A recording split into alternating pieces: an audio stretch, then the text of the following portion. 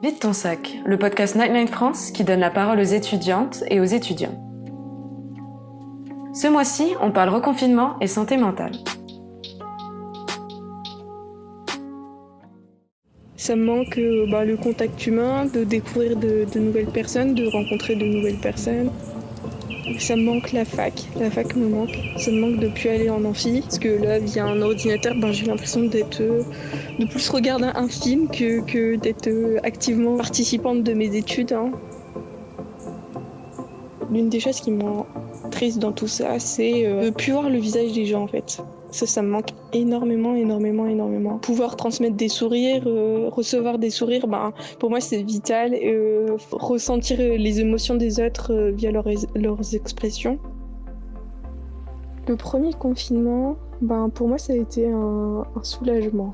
En dehors du fait que c'était une période assez spéciale, on connaît pas ça, on savait pas comment ça se passait. Au début, on était tous alertes. Pour autant, je me suis sentie soulagée de voir mon quotidien s'arrêter et prendre du temps avec ma famille et mon copain en fait. Faire des choses que j'avais pas l'habitude de faire, dormir, faire des siestes. Du coup, ça a été un bouleversement positif, on va dire, parce que ça m'a appris à revenir à l'essentiel. Du coup, sur un plan émotionnel, ça n'a pas été difficile. C'est plus le retour à la réalité qui a été difficile. J'avais beaucoup de craintes. Me dire qu'on va retrouver une routine et ne plus avoir le temps de faire les choses qu'on aime. Puis finalement, ça a été, c'était positif et j'étais contente de retrouver mes amis après tout ça. Ouais. Le deuxième confinement, il est un peu différent sur plusieurs aspects. Déjà, j'ai pas l'impression que ce soit vraiment un confinement. Pour moi, ça l'est pas parce que je continue à travailler. Les BU sont ouverts, du coup, je vais à la BU, je vais travailler. J'ai un stage, etc. Du coup, c'est pas vraiment un confinement où je suis amenée à presque bouger tous les jours. C'est juste ne plus voir ses amis et faire l'essentiel. En fait. C'est vrai que c'est un peu difficile à vivre, on va dire. Mes amis me manquent. Et puis après, c'est un peu cette impression, on passe à côté de quelque chose en fait. Tout ce que j'ai envie de faire, c'est d'aller dans un bar, boire un verre avec mes amis et rigoler et être tranquille en fait. Et au final, on peut plus. J'ai pas trop vu mes parents depuis un certain temps et j'ai peur d'aller les voir parce que je me dis, ils sont malades à cause de moi, je m'en voudrais. Du coup, j'évite, je les appelle plus que je les vois. Clairement. Ça me rend triste, ouais. Merci à nos bénévoles pour cet aperçu de ce que vivent les étudiants confinés à Lille. On donne maintenant la parole à Augustine, étudiante lilloise qui raconte son confinement. Bienvenue à tous pour ce 3e épisode de Vide ton sac, où on accueille une étudiante de Lille, Augustine. Est-ce que tu peux déjà te présenter, donner un peu tes projets perso en ce moment et quelles sont tes passions ?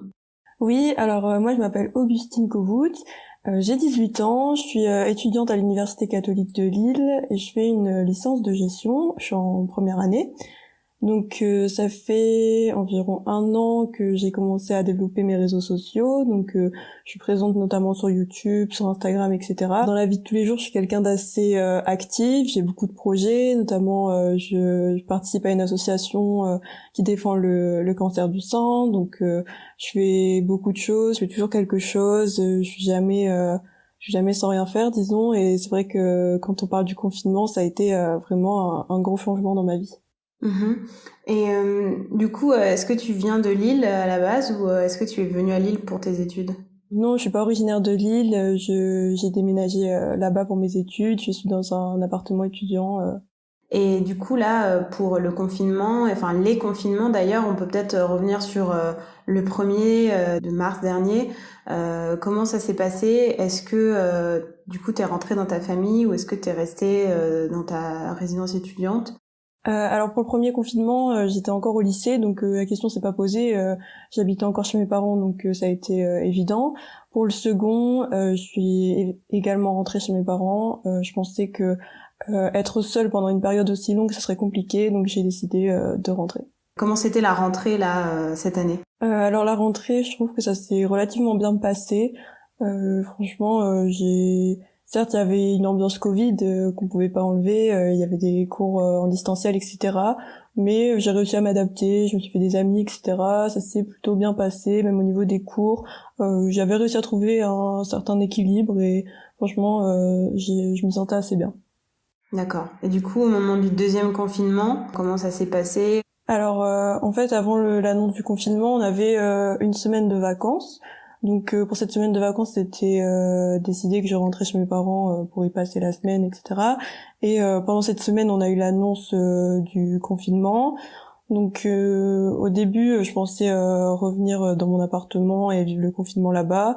Puis, en y réfléchissant, je me suis dit que ce serait quand même compliqué. Donc, j'ai décidé de rester chez mes parents, mais c'est vrai que au début on nous avait annoncé 1 mois de confinement, donc je m'étais dit que ça irait, ça passerait relativement vite, et puis au final ça s'est un petit peu éternisé. Et au niveau des cours, du coup, les cours en distanciel, est-ce que tu arrives à rester motivé? Alors au niveau des cours, je dirais que ça s'est quand même bien passé. C'est-à-dire qu'on avait déjà beaucoup de cours en distanciel, donc c'était les TD qu'on avait encore en présentiel, donc il y avait juste ce changement-là à faire, mais ça a été, j'ai réussi à rester motivée, j'ai pas décroché, on avait pas mal de suivi des enseignants aussi qui nous envoyaient beaucoup de mails, etc. Après, j'avais aussi eu la chance de m'être fait des amis tout de suite en fait en arrivant à la fac, parce que je sais que pour certaines personnes ça a été compliqué, étant donné qu'on était tout de suite, on a été assez vite en distanciel finalement. Et pendant ton temps libre, pendant ce deuxième confinement, qu'est-ce que tu fais pour t'occuper? Alors moi pendant ce deuxième confinement, j'ai continué ce que j'avais entrepris au premier, c'est-à-dire que je fais du sport, je fais les lives de sport qu'on peut retrouver sur Instagram notamment, sur YouTube, etc. Donc ça c'est quelque chose que j'avais commencé au premier confinement, que j'ai continué parce que c'est quelque chose que j'aime bien. Ensuite, je pense comme tout le monde, j'ai passé du temps sur Netflix, j'ai regardé des séries et c'est à peu près tout. Ça se résumait beaucoup à ça, je pense. Et est-ce que tu as une série à recommander justement sur Netflix en ce moment? Alors moi en ce moment je regarde The Crown et je pense que je vous le conseillerais parce que c'est vrai que moi pendant ce confinement j'avais un peu l'impression de plus rien apprendre. Enfin certes j'avais encore mes cours etc. mais à côté comme je vous le disais je suis quelqu'un qui fait beaucoup de choses. J'avais l'impression d'un peu stagner, de rester au même point et c'est vrai que par le biais des livres, des séries etc. vous pouvez apprendre des nouvelles choses et je trouve que justement dans The Crown vous apprenez c'est l'histoire de la famille royale etc. et ça vous permet de progresser un peu et je trouve ça cool de pas stagner quoi. Est-ce que au niveau chanson, t'as une chanson en ce moment ou un album que tu écoutes beaucoup et qui te fait du bien? Alors moi pendant ce deuxième confinement, je suis un peu revenue sur des choses que j'écoutais avant parce que c'est un peu comme une zone de confort dans laquelle on se réfugie dans des moments difficiles, disons. Donc j'ai réécouté je crois que c'est le premier album de d'Amy Winehouse que j'écoutais beaucoup avant et du coup ça m'a fait du bien de le réécouter. Ouais, c'est vrai que j'ai entendu beaucoup de gens qui disaient qu'ils réécoutaient ou regardaient des choses qu'ils avaient déjà vues en fait et je pense qu'on a tous eu besoin un peu de ce réconfort-là et de rester dans du connu parce que tout le reste est tellement nouveau et déroutant que on se raccroche à des choses qu'on connaît déjà. Et du coup, comment est-ce que tu te sens en ce moment? Alors moi je pense que mon confinement il s'est un peu déroulé en 2 temps. Il y a eu la première partie où ça a été assez compliqué tout simplement de revenir chez ses parents, c'est un peu un retour à la case départ quand on a commencé une nouvelle vie d'étudiant, qu'on a pris un peu son indépendance, etc. C'est un peu compliqué de tout recommencer entre guillemets, de revenir à la dépendance pour le coup. Et donc il y a eu cette première phase qui a duré un bon moment quand même, puis ensuite ça s'est un peu dégradé parce on nous avait annoncé un retour en février, donc ça paraissait vraiment très très loin. Puis après, on a eu des annonces un peu plus positives qui nous disaient de revenir en janvier. Donc c'est à partir de ce moment-là que ça a été beaucoup mieux. Je me suis dit que j'en verrais la fin finalement, que ça allait arriver, etc. Puis ensuite, là en ce moment, je suis en préparation de mes partiels, donc j'ai plus de travail. Et le fait de rester active, de remplir mes journées, même si c'est du travail, c'est pas forcément ce qu'il y a de plus motivant, etc. Mais ça m'a fait du bien de faire des choses, d'apprendre, etc. Donc ça se passe beaucoup mieux qu'au début. Tu trouves que les annonces ont un impact en fait sur ton moral? Oui, c'est-à-dire que au début du confinement, on entendait vraiment très peu parler des étudiants. C'est-à-dire que j'avais un peu l'impression qu'on était dans l'oubli. Quand je regardais les informations, on n'en parlait pas. J'avais un peu l'impression d'être seule justement à me sentir mal en fait, tout simplement. Donc c'était assez compliqué. Puis ensuite, c'est vrai qu'on en a plus parlé, des étudiants qui se sentaient mal, qui étaient aussi en détresse financière, etc. On en a beaucoup plus entendu parler à la radio, etc. Et donc là, c'est vrai que je me sentais mieux, j'avais l'impression d'être entourée.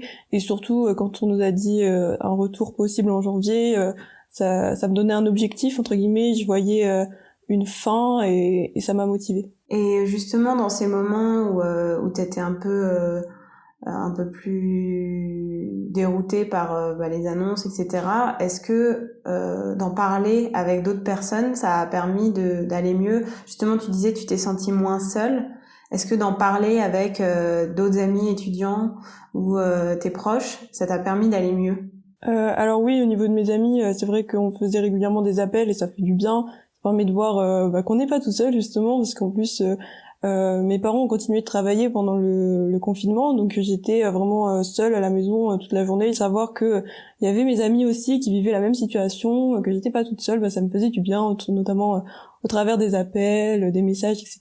Je pense que c'est ce qu'il faut faire. Pour rester zen pendant ces moments de confinement, est-ce que t'as des conseils à donner? T'as parlé du sport, est-ce qu'il y a autre chose? Alors moi déjà c'est le sport, comme je l'ai dit, ça me fait vraiment du bien. Sinon quelque chose que je fais aussi, je sais pas si ça peut plaire à tout le monde, mais c'est de m'informer. J'aime beaucoup regarder des documentaires, écouter des podcasts justement, des choses comme ça. Ça me permet de me détendre, ça me permet de penser à autre chose en fait, d'oublier un petit peu ce qui se passe et je trouve ça intéressant. Qu'est-ce que tu espères en ce moment? Comment tu t'imagines les prochains mois? Et le retour à une certaine normalité, même si on n'y arrivera pas tout de suite, je pense, mais c'est quoi du coup tes espoirs pour l'avenir? Alors moi déjà, mon premier espoir qui paraît un peu évident, ça serait de revenir à la fac, de reprendre un petit peu la vie comme je l'avais laissée avant ce confinement, même si c'était une vie rythmée par le Covid, c'est sûr. Mais ensuite, bien sûr, j'aimerais bien recommencer à sortir, voir des amis, etc. Même si je sais que c'est pas pour tout de suite, mais j'espère que ça pourra se faire dans les prochains mois.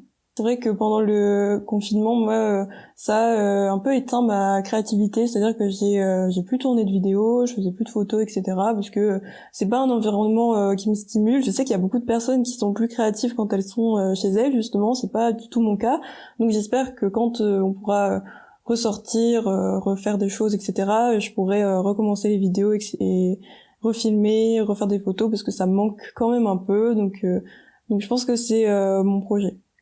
Qu'est-ce que toi t'aimerais dire à des étudiants qui écoutent le podcast? Un message à faire passer? Eh bien moi je leur dirais que ça va aller, on va bientôt en voir le bout, que je pense que le plus dur est derrière nous d'ailleurs, qu'il faut continuer à être positif même si c'est vraiment pas facile, et aussi que vous avez le droit de vous sentir mal, faut pas culpabiliser, faut pas se dire qu'on est le seul à se sentir mal pendant que les autres font tous des trucs extraordinaires chez eux. C'est pas grave, c'est normal, si vous vous sentez mal, ça arrive, on a tous des moments plus bas que d'autres, mais il faut penser au futur, ça va aller, on va finir par s'en sortir, même si ça prendra sûrement un petit peu de temps. Je pense qu'il y a des belles choses qui nous attendent et qu'il faut éviter de broyer du noir pendant ce confinement. Merci Augustine pour ce moment ensemble, pour cette discussion. Nous on te souhaite le meilleur pour la suite, pour tes études, pour la fin du confinement officiel et les prochains mois. Et on espère que tes projets vont aboutir et que tes études vont bien se passer à Lille. Merci de m'avoir écouté et je souhaite beaucoup de courage à ceux qui nous écoutent. Merci de nous avoir écoutés. On se retrouvera au prochain épisode de Vide ton sac, où on écoutera les témoignages de bénévoles de Lyon. Abonnez-vous à notre chaîne YouTube pour ne pas rater les prochains contenus. Suivez-nous sur Facebook, Instagram et Twitter. Prenez soin de vous et n'hésitez pas à appeler Nightline si vous avez besoin de parler. On est là pour vous.